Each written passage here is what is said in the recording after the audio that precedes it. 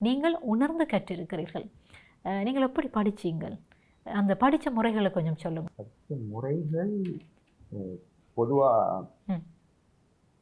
பேசிக்கா தியரி வந்துட்டு இந்த ம். எல்லா பாடத்தை எடுத்தாலும் தியரி அது பேசிக். அதுல ம்.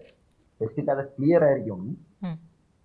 பெஸ்ட்டுக்கு அதை கிளியர் பண்ணி எடுத்துட்டு அடுத்த தரம் நிறைய தரம்.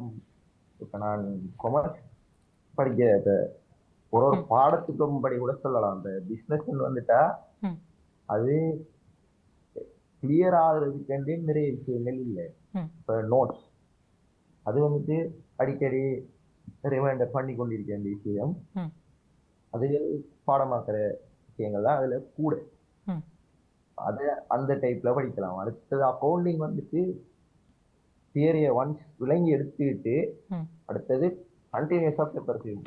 ம். எந்த பேப்பரா இருந்தாலும் மாடல் பேப்பர், வாட்ச் பேப்பர் எல்லாம் கண்டினியூஸா செய்யணும். பார்ட் 2 வந்துட்டு பார்ட் 1 வந்துட்டு டைமர் வச்சு செய்யறதுக்கு இப்ப படிச்சுட்டு வர ஸ்டூடெண்ட்ஸ் கிடைக்காது. ஃபைனல் டைம் எக்ஸாம் எழுதுற ஸ்டூடெண்ட்ஸ் தான் ம். பார்ட் 1 நம்மளுக்கு டைமர் வச்சு செய்யக்கூடிய இருக்கும். ம். பார்ட் 2ல எல்லா கேள்விக்கும் இப்ப சராசரி 36 நிமிஷம் ஒரு கேள்விக்கு. ம்.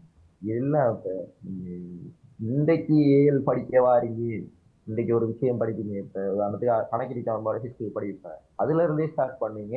36 நிமிஷம் டைமர் ஒன் பண்ணி வச்சுட்டு கணக்கு தரும். ம்ஹும். 2 அதாவது வருஷத்துல நீங்கள் அந்த எப்ப கணக்கு நேரத்தை செஞ்சாலும் அப்படி நேரத்தை ம். சரியாக கணக்கில் எடுத்து அதற்கேற்ற வகையிலே நீங்கள் படித்து அப்படியே பரீட்சைகளையும் எழுதியிருக்கிறீர்கள். உண்மையில் வரவேற்கத்தக்க விடயம்.